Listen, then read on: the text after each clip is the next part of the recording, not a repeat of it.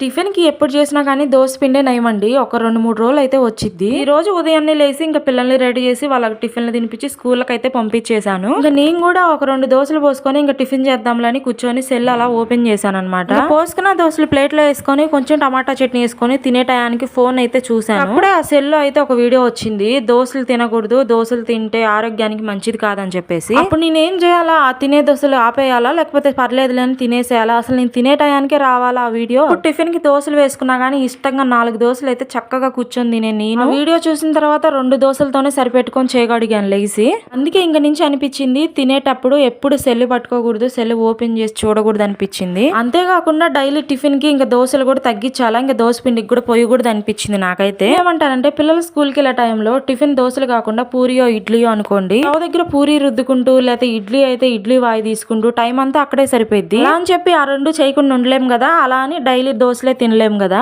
దోశకు కూడా ఎప్పుడన్నా ఒకసారి వారంలో 1-2 సార్లే వేసేది.